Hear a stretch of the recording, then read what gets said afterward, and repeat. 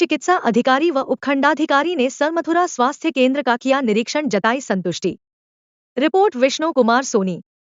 सरमथुरा कस्बे में चल रहे अवैध पैथोलॉजी लैब व झोलाछाप डॉक्टरों के खिलाफ की गई कार्रवाई के बाद सरमथुरा सामुदायिक स्वास्थ्य केंद्र की वास्तविक स्थिति को देखने मुख्य चिकित्सा एवं स्वास्थ्य अधिकारी डॉक्टर धर्म सिंह मीना टीम के साथ सरमथुरा CSC पहुंचे। उनके साथ डिप्टी CMHO डॉक्टर गौरव मीना, एपिडेमोलॉजिस्ट अखिलेश व अन्य अधिकारी मौजूद रहे। CMHO द्वारा सामुदायिक स्वास्थ्य केंद्र की व्यवस्थाओं की जांच की गई व जल्दी ही हॉस्पिटल को नई बिल्डिंग में स्थानांतरण कर व्यवस्थाओं को और भी अच्छे से ठीक करने की बात कही गई। CMHO द्वारा हॉस्पिटल के प्रत्येक वार्ड व लैब तथा दवा वितरण केंद्र व अन्य व्यवस्थाओं पर संतुष्टि जाहिर की। CMHO के जाने के बाद उपखंडाधिकारी सुधारानी मीना औचक निरीक्षण के लिए हॉस्पिटल पहुंची। उनके द्वारा हॉस्पिटल पहुंचकर बारीकी से निरीक्षण किया गया। SDM द्वारा डिलीवरी रूम में भर्ती मरीजों, हॉस्पिटल द्वारा उपलब्ध कराए गए इलाज व अन्य आवश्यक चीजों के बारे में जानकारी ली गई। SDM द्वारा दवा वितरण केंद्र में उपलब्ध दवाई व उपलब्ध स्टॉक के बारे में जानकारी ली गई। साथ ही उनके द्वारा पैथोलॉजी लैब में उपलब्ध जांचों के बारे में जानकारी ली गई व टीकाकरण के लिए उपलब्ध टीके व स्टॉक के बारे में जानकारी ली गई। SDM द्वारा हॉस्पिटल में मौजूद स्टाफ व उनकी उपस्थिति की जांच की गई व इमरजेंसी तथा OPD में मौजूद सुविधाओं व दवाइयों के बारे में जानकारी ली गई व मौजूद मरीजों से इलाज को लेकर जानकारी ली गई। SDM सुधारानी मीना ने बताया कि हॉस्पिटल निरीक्षण में स्टाफ व व्यवस्था संतुष्टिजनक पाई गई। सफाई व्यवस्था को बेहतर करने के निर्देश दिए गए हैं, जिससे कि इन्फेक्शन का खतरा न रहे। आज सामुदायिक स्वास्थ्य केंद्र सरमथुरा का निरीक्षण किया गया। सफाई व्यवस्था में थोड़ी कमियां पाई गई, तो उसके लिए निर्देश किया गया है कि सफाई जो है उचित रूप से होनी चाहिए, क्योंकि वह संक्रमण का मुख्य रूप से कारण होती है। बाकी तो स्टाफ टाइम पर है और समय उपस्थित मिले। राजाखेड़ा उपखंड अधिकारी ने किया PHC समौना का औचक निरीक्षण, स्वच्छता और सेवाओं पर जताई संतुष्टि। राजाखेड़ा पंचायत समिति के ग्राम पंचायत समौना में उपखंड अधिकारी वर्षा मीणा ने मंगलवार को प्राथमिक स्वास्थ्य केंद्र PHC समौना का औचक निरीक्षण किया। निरीक्षण के दौरान उन्होंने lab room, delivery room, medicine store, दवा वितरण कक्ष, शौचालय सहित संपूर्ण परिसर के अंदर और बाहर की सफाई व्यवस्था का अवलोकन किया। स्वच्छता व्यवस्था को संतोषजनक पाते हुए SDM ने स्टाफ की सराहना की। इसके साथ ही उन्होंने निर्देश दिए कि जो बच्चे अब तक नियमित टीकाकरण से वंचित हैं, उन्हें रूटीन टीकाकरण दिवस पर अनिवार्य रूप से टीके लगाए जाएं।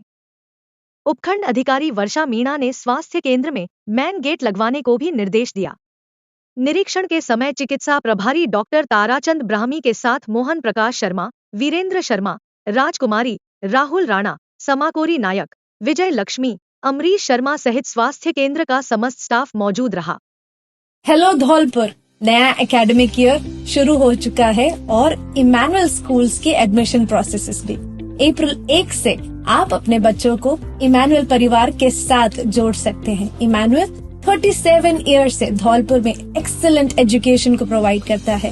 हम न ही केवल एकेडमिक एक्सेलेंस को देखते हैं, पर हॉलिस्टिक और ओवरऑल डेवलपमेंट में आपके बच्चों को बेस्ट तरीके से नर्चर करने की कोशिश करते हैं। Extra curricular activities, faculties, state of art facilities such as libraries, best classroom, smart TVs, auditoriums etcetera हमारे करिकुलम में इंक्लूड होता है। इसमें हम स्पोर्ट्स और अन्य चीजों को भी हम प्रायोरिटाइज करते हैं। यस, आपने सुना ही होगा कि एकेडमिक्स में हमारा स्कूल काफी ज्यादा आपके बच्चों पे ध्यान देता है। साथ ही में हम बाकी सभी क्वालिटीज को नर्चर करने की कोशिश करते हैं। साथ ही में मॉरल एजुकेशन, जो हमारा मेन मोटिव है कि इमैनुअल मिशन स्कूल हमेशा एक गुड सिटीजन्स को तैयार करे, हम उन सारे बातों को भी ध्यान में रखते हैं। मैं आप सबका स्वागत करती हूँ इमैनुअल मिशन स्कूल में। अधिक जानकारी के लिए नीचे दिए गए नंबर पर आप कांटेक्ट कर सकते हैं, या फिर अपॉइंटमेंट्स के लिए आप सुबह 9 बजे से 1 बजे तक स्कूल ऑफिस में भी जा सकते हैं। एडमिशन प्रोसेस शुरू हो गई हैं, जल्दी अपने सीट्स को एनरोल कीजिए। यातायात नियमों का पालन न करने वालों के खिलाफ एक्शन मोड में दिखाई दी टीम कृपाल सिंह। रिपोर्ट विष्णु कुमार सोनी।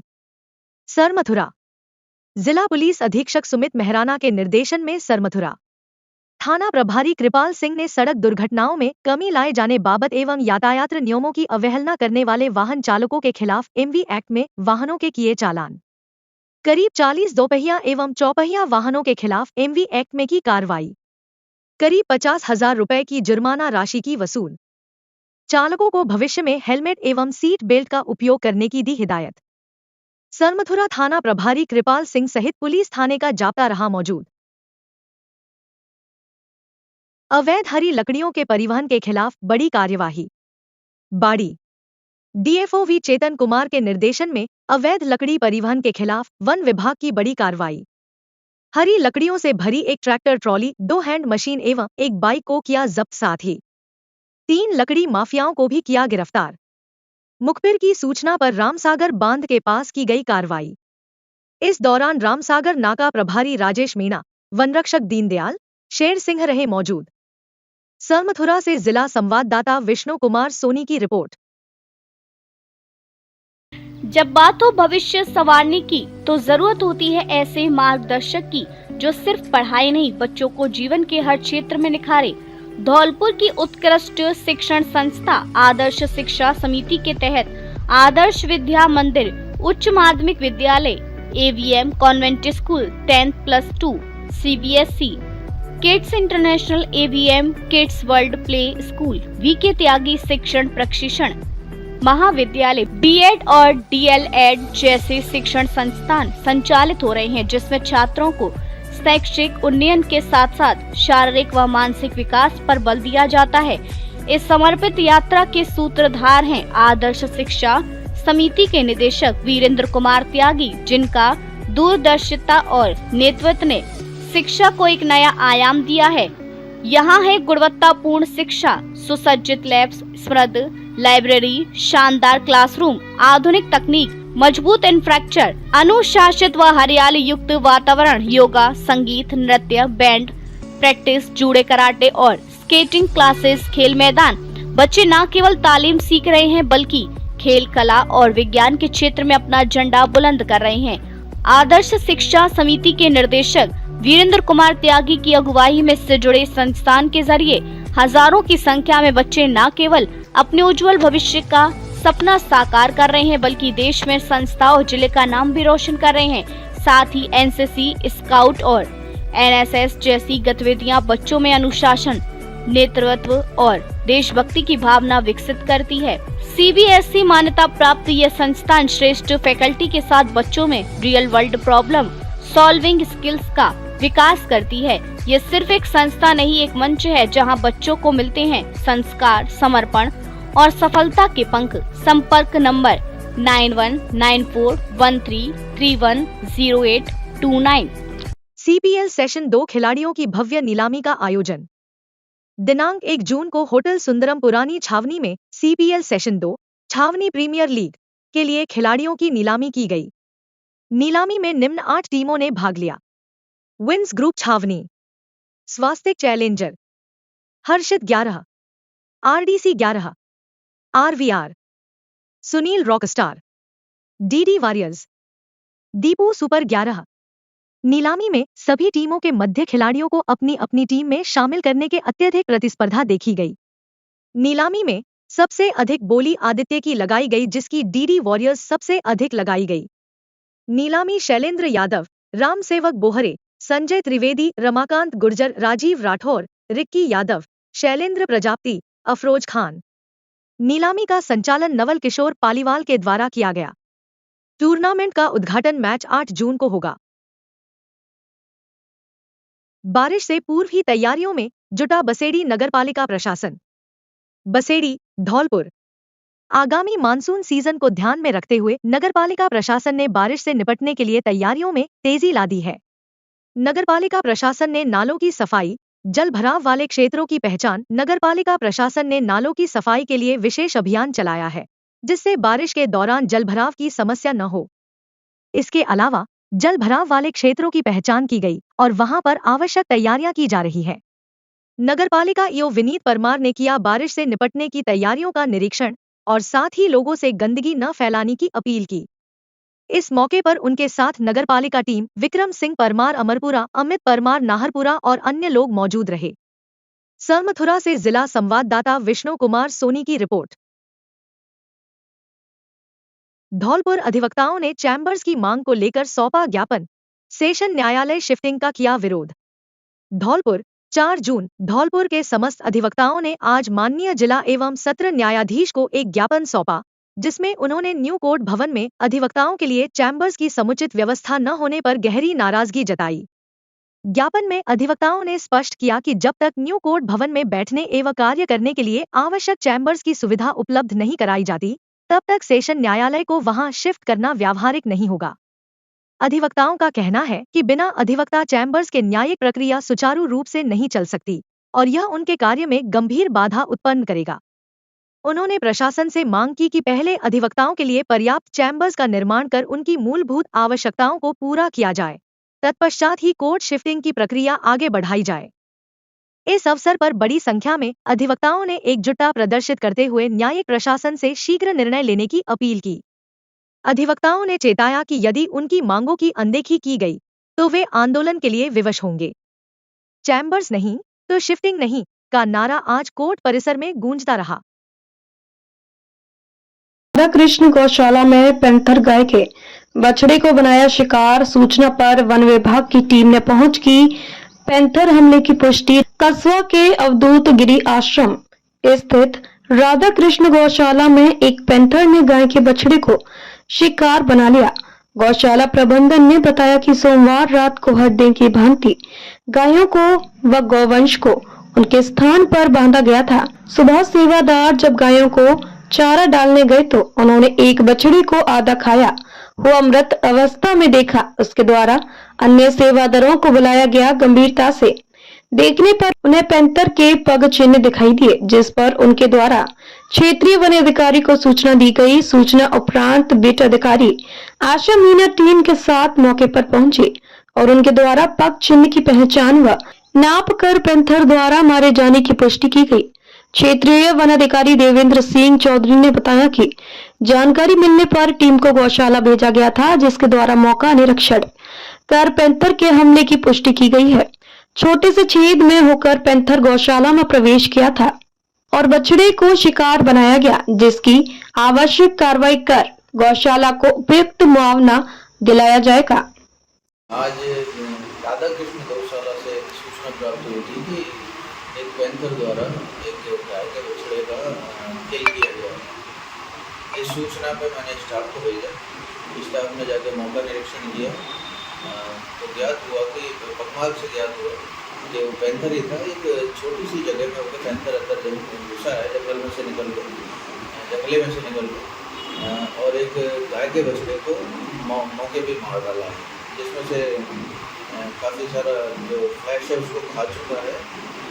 कुछ सिर का जो हिस्सा है वो और कुछ कारनास उसने छोड़ दिया है उनको।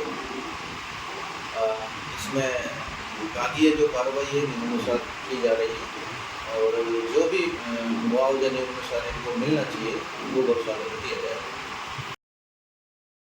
पीताम्बरा भक्त मंडल द्वारा दतिया वाले स्वामी जी की पुण्यतिथि मनाई। पूजा अर्चना कर भंडारे का किया आयोजन। मां पीताम्बरा भक्त मंडल द्वारा दतिया वाले स्वामी जी महाराज की पुण्यतिथि मनाई गई। हर वर्ष की भांति इस वर्ष भी स्वामी जी महाराज की पुण्यतिथि गंगाबाई की बगीचे पर धूमधाम से मनाई गई। महंत हनुमान दास एवं दिनेश स्वामी द्वारा विधि विधान पूर्वक स्वामी जी महाराज एवं पीताम्बरा माई की पूजा अर्चना की गई। सभी भक्तजनों द्वारा गुरु जी महाराज के चित्र पर चंदन तिलक लगाकर एवं पुष्प माला पहनाकर पूजन किया गया तथा स्वामी अष्टक बंगलामुखी चालीसा एवं बंगलामुखी माई की आरती गाई गई।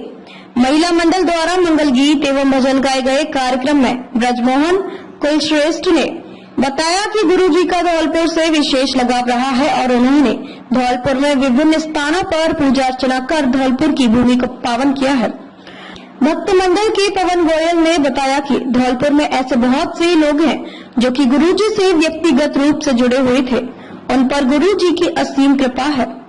धौलपुर से हजारों की संख्या में भक्त दर्शन के लिए दतिया जाते हैं।